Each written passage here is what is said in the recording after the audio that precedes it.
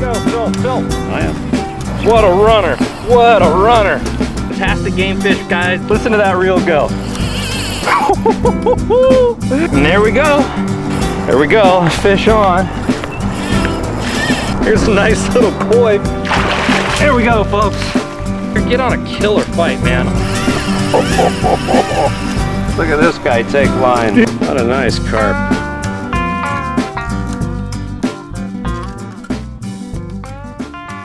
Hey, what's up guys? Nick the Informative Fisherman here, and today I'm going to be teaching you how to carp fish the most basic way possible, and that's with just a can of sweet corn, some loose line, no terminal tackle, tying a little tiny treble hook or a little tiny circle hook to the end of my line, loading it up with that sweet corn, tossing it out there, letting that slack line sit out there. When that carp takes it, you're going to see it jump.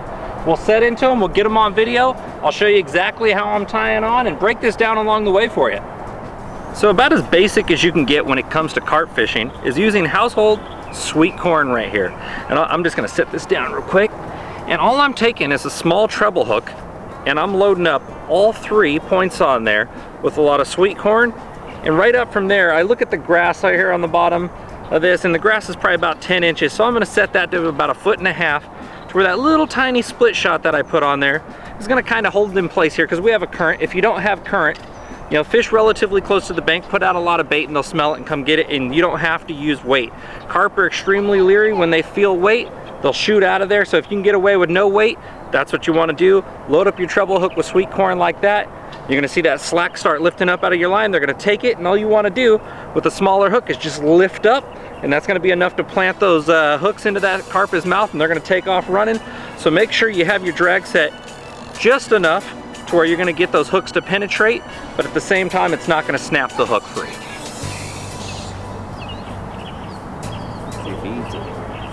Here we go, first carp on in the morning.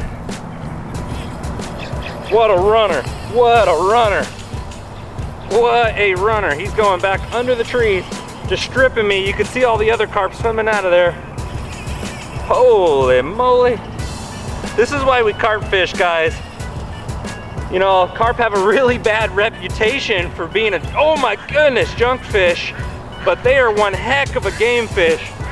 You can come out to any local little pond or slough, catch incredibly strong fish like this. Just peeling line off of me. He's trying to get into the grass right now. What I'm gonna do is get this net ready and out in the water as a landing net. Probably gonna take me a good 10-12 minutes to get this fish in. I'm using 12-pound fluorocarbon line right here. And the reason why I'm using fluorocarbon is carp are very leery. And if the line's floating and they run into it, they'll get spooked. You can also use mono, but you wanna use a little split shot, you know, a few inches out in front of your, a few inches out behind your bait, so that line will sink down to where when they're in there eating, that their tail doesn't get caught on the line, because they'll get spooked and they'll shoot out of there real quick. This feels like a pretty decent fish. This might be around 10 pounds or so, we'll see. But even the little guys are extremely powerful. This is 12-pound line right here, medium gear, 7-foot rods. I'm not using anything special. Carp fishing can be taken very seriously, and in Europe, these guys take it real hardcore with some elaborate gear, but today we're just gonna be going over the basics. He looks to be around 4 or 5 pounds actually, just real powerful. Nice little common carp here. He's starting to back off the throttle now. There we go.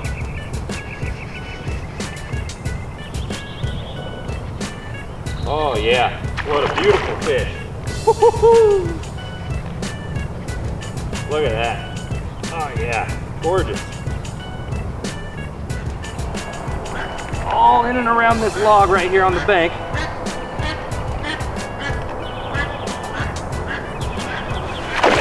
There we go. And we got him. Woo. Use this big retractable ego net here to get him in. There we go. First carp of the morning. Back in the corner of the mouth. Fantastic hookup. Let this guy calm down. We like to use rubber nets or landing nets so it doesn't peel their scales off or beat them up too bad, and you can release them the same way.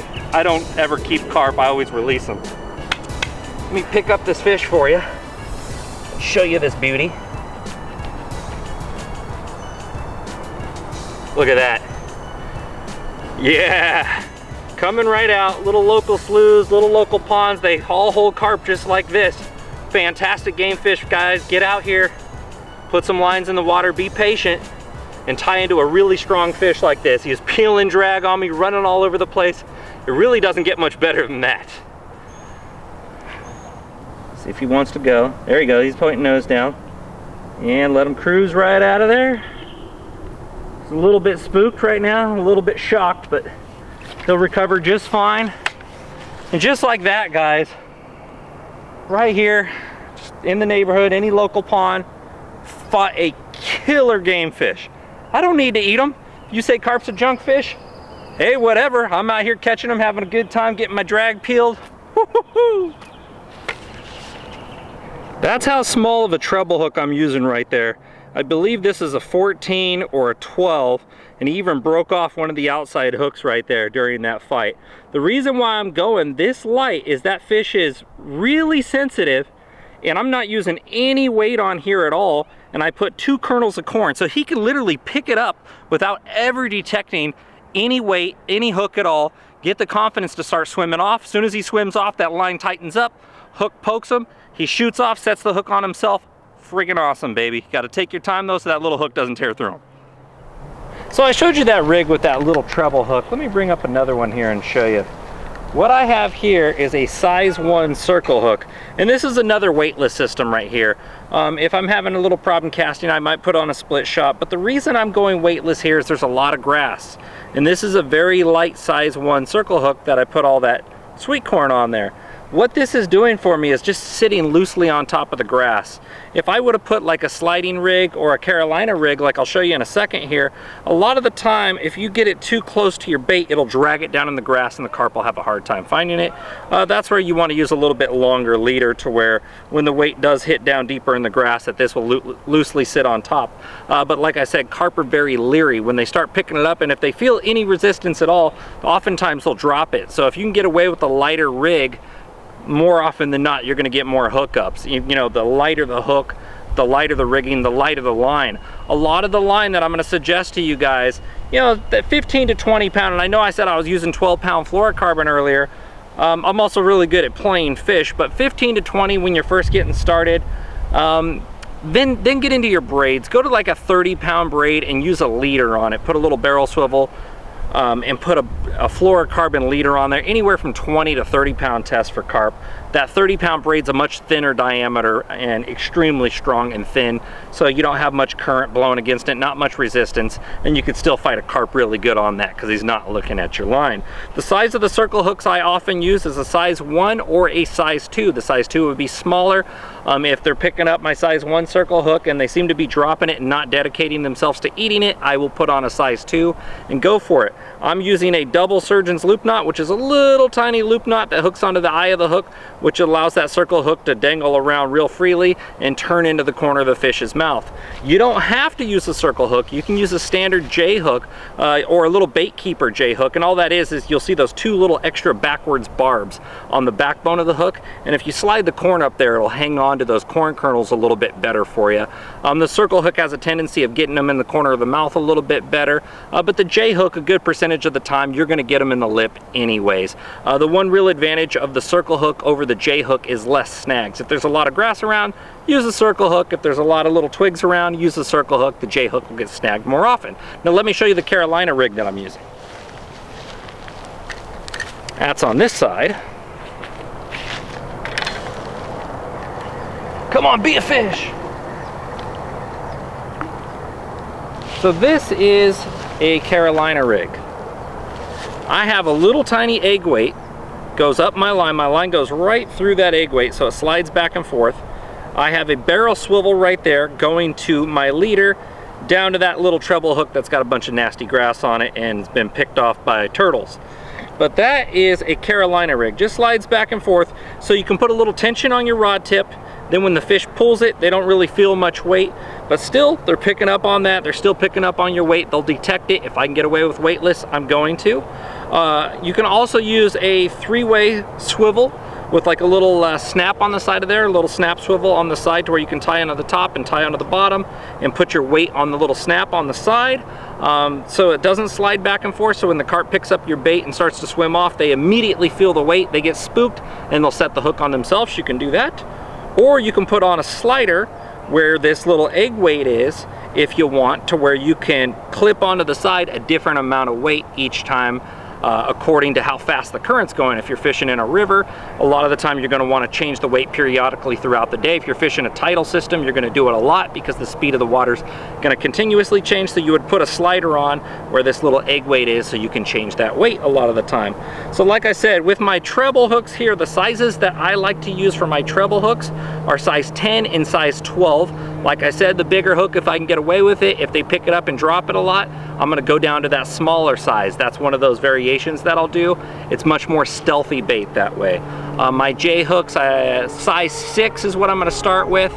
Once again, if they get finicky, I'm going to go back to that size 8 J hook, and I use those little bait keepers for that, or specialized carp hooks that I order from some carp fishing websites that have a little back bend in them, which have a little higher tendency of getting hooked up on. If all these rigs start to bore you and you want to start leaping into a more adventurous end of carp fishing, look up the hair rig. Really cool, fun rig, came from Europe. A lot of American carp anglers are starting to get into it, and later on I'll do a much more advanced carp video for you guys with bait running reels and you name it, and make it really cool and show you how awesome it really can be out there targeting those carp. I'm just letting them run right here on the rod holder. Got him pegged in. Let's pick him up. Listen to that reel go. Carp fishing, baby. Yeah. Look at him way out there. You gotta love this, man. Woo. Woo. Oh, you just want to keep that rod loaded, you know. I'm not trying to horse them. When the fish starts taking line, I stop reeling. You don't want to pull against a fish that's taking drag. Oh yeah. So basically I'm gonna come back with my rod, keep that load in my rod, reel down while keeping the load. And right here, this carp's got a ton of energy still, so I'm not gonna try to horse him to the bank because he's gonna get spooked. I want a little bit of pressure on this fish for a long amount of time to exhaust this fish. That's the goal here. I want to exhaust him. I don't want him to come up extremely green at the bank while I'm fumbling around with the net and be going crazy on me. If you don't have a long rod, here's a trick I do. I put the base of the rod handle right here behind my forearm, and you can hold it sideways. That's why I'm holding sideways here, because it's a good brace. I keep my arm in tight to my body because it can be extremely exhausting fighting big fish for a long time on your wrist and your hands. It's about the same size as that other one. Another nice fish. I'm gonna see if I can get him to come over the top of my other lines. Not gonna happen. Let me bring the net around. Hey Brian, you wanna net this fish for me? Gotta keep the load in my rod getting close to me. There we go. Taking another run. You really can't stop these fish. They're extremely powerful. I want to keep them away from this. If you see the way the fish is headed, you want to make sure your tension's pulling that way and not across the fish's body.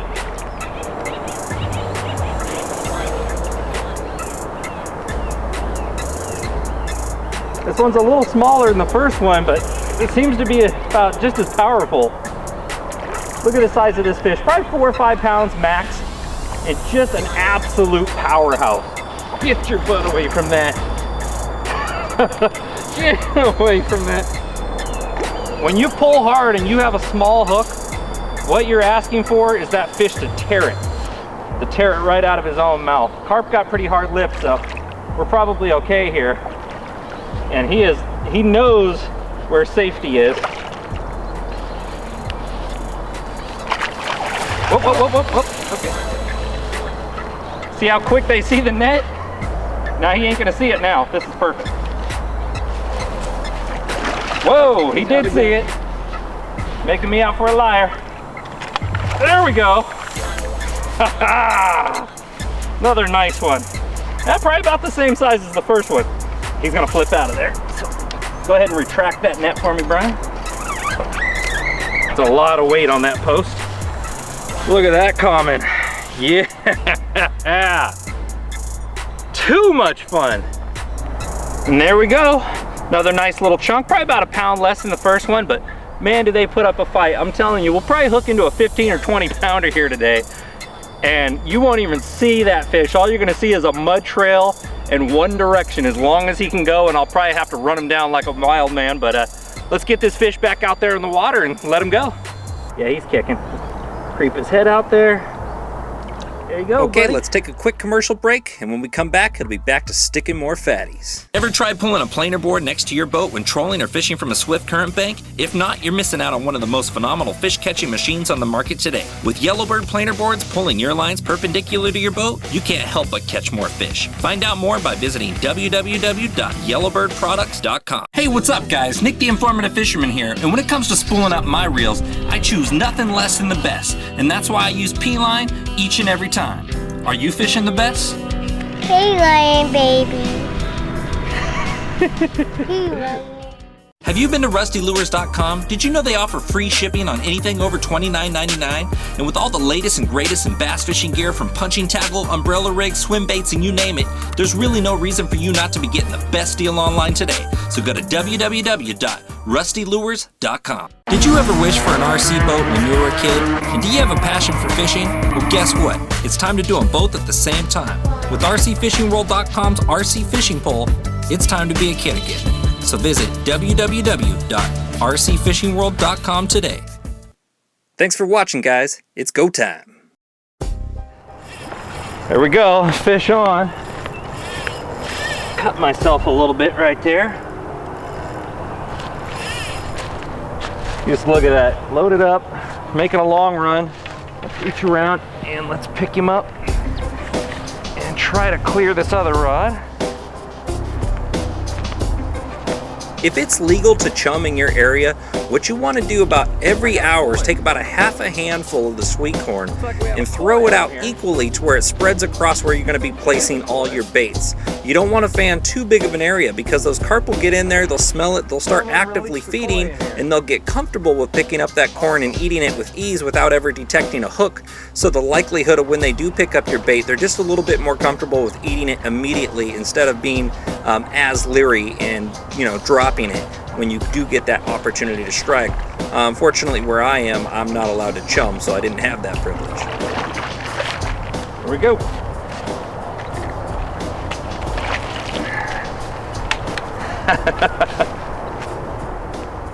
In these little back neighborhood sloughs and ponds, a lot of people let their goldfish and koi go, but he'll probably get in here and start breeding with these carp, make some pretty sweet looking fish. Let's let them go. So when I'm out carp fishing, I'm utilizing a rod holder to where I can point my rod almost straight at the fish. What this allows it to do is the drag to come off without the eyes of the rod developing extra tension. So they can suck that drag loose, and when I pick up the rod, it'll develop more tension because there's more pressure of the line pushing against those guides. You'll always have much more pressure on the fish when you're holding the rod upright. They can take line easier once you point the rod down towards them. You never want to point it completely at them because you're taking out the cushion of that rod. You want to make sure right where your rod bends that your drag is set enough to where when your rod starts to get into that point, it lets loose the drag. These carp are very powerful, and if your drag is tight, they will break you off like that. I guarantee you. So the rod holder, the reason why I'm doing this, and I'm setting it up in this style here, it's a really neat system because when the carp pulls on a rod holder like this, they can't get it because the handle right here, it comes back in behind this rod holder. So look for a rod holder where you can point your rod straight, get your reel seat back in behind there to where when they pull it, it can't do that. I also have the single leg on there. They have specialized carp stands to where you can lay your rod down. But those are designed for bait running reels that you can set a free spool mode to where the line will come off very easy. But when you're first getting started, just use a regular spinning rod, have your drag set right. There's one leg that goes down into the dirt. The advantage of this is when the carp takes it and he turns and runs, look at this. And you'll see in the video, you'll see that rod holder turn towards that fish. That's a huge advantage. If I would have had 2 legs, he would have pulled sideways, it would have repositioned the hook in the fish's mouth, could have potentially shaken it before I even picked it up out of the rod holder, but I had a lot of confidence in these. That's why I let him take it. He starts running, he goes downstream, look at that. Turns right at him, feeds him the line just enough, puts just enough rod on him to where I can just turn it, pick it up, and there, I'm into the fish. I snag, I got a turtle. So we're dealing with some bait stealers here. Now this is who's been stealing our bait. This is who we've had to deal with here. I got him in the foot somewhere. Hold on, Chief. Oh. It looks like the turtles in this area absolutely love sweet corn. You know, so we had to pick up and move out of here after catching a couple of them. I'm not into killing turtles, and I didn't feel like getting into the relocation program today, so it was time to move over to another spot and see what we can pull off. Go, fish on. Now, when it comes to finding carp, one of the most simple methods you can do is just look for the biggest, shallowest flats in the lake with a lot of grass. Something anywhere from, 5 to 2 foot deep, they'll get in there and comfortably feed in those areas. If you have wind blowing into them, it's usually 10 times better. A lot of that food that gets blown across the surface stacks up in the corner, becomes slimy, the carp will get in there, start eating off the surface. They love that. There's some real obvious signs for carp. You can sometimes physically see them swimming around. Other times you'll see the mud getting stirred up and their tail partially touching the surface. That's referred to as finning. They're usually actively feeding at those times when you see them finning, a lot more than they would be just cruising around. Another thing that you can look at here is you see these bubbles. When you're watching these bubbles, a lot of the time turtles will get down there and kick up bubbles around too, but when you look at the bubbles, look next to and around the bubbles a couple feet out if you see any swirling. Carp have very big tails, and a lot of the time they'll be swirling around and kicking up mud off the bottom. And just kicking the water pretty hard. So you'll see like a really strange looking swirl out next to those bubbles. At the same time, if you don't see that swirl, they could be a little bit deeper and you'll see a traveling bubble trail. If you see the bubbles traveling, what that means is the carp's just deeper, so you don't see the swirl of his tail. And generally count to about 30 seconds in your head when you're watching the bubbles. A lot of the time turtles will kick up bubbles. Catfish rooting around will pick up bubbles too. Catfish is pretty rare, but the turtles is more often. But if you count to 30 in your head, you don't see a turtle come up, more than likely you have a carp working that area. And if you can find multiple bubble trails and dirt getting stirred up, you got a lot of carp in that area, so put some bait out and get on some fish. Got him. There we go, folks. That fish has got to be pushing right around 8 to 10, real fat one. Yeah, nice fish. So we moved out of our other spot to come over here to avoid all those turtles. We started getting picked on by bluegills, but we ended up sticking this nice fatty. So it was worth the move. We're gonna see if we can get some more, but man, that's a really nice common. Get out here and fight some of these guys, man. This is just great. Horrible table fare, so you know more than likely people are gonna catch and release and do the same thing as you. So get out here, get on a killer fight, man. Awesome. Let's let this big guy go, get him revived, and put him back out there. There he goes. Look at the drag. He's taking it. Oh yeah. Look at this guy take line. Dude, that could be big fish in the day. Oh yeah, we still got him. Oh, there he is over there by that dock. Uh-oh, Hope he doesn't swim around it. There he's coming back over this way.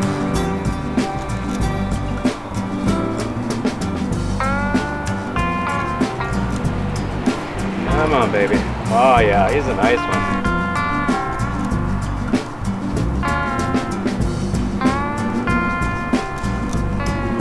Let me get that net out there.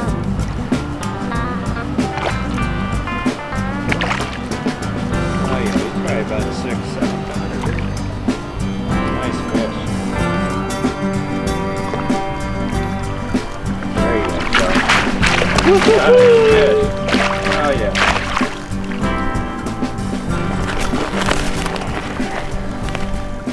Look at that. What a nice carp. And that's a very simple beginner method for getting out there and catching carp on your local waters. It's definitely not the expert method. The experts fishing hair rigs and pop-ups and boilies. are still gonna go out and shut you down, but you can get out there, you can catch fish like this. You don't have to have all the patience in the world. Generally about a fish per hour is about all you need. I mean, we cracked them just like we did today using that exact same rig that you're gonna go out there and do it with yourself. Have fun, guys. I'm Nick the Informative Fisherman, and we'll see you next time.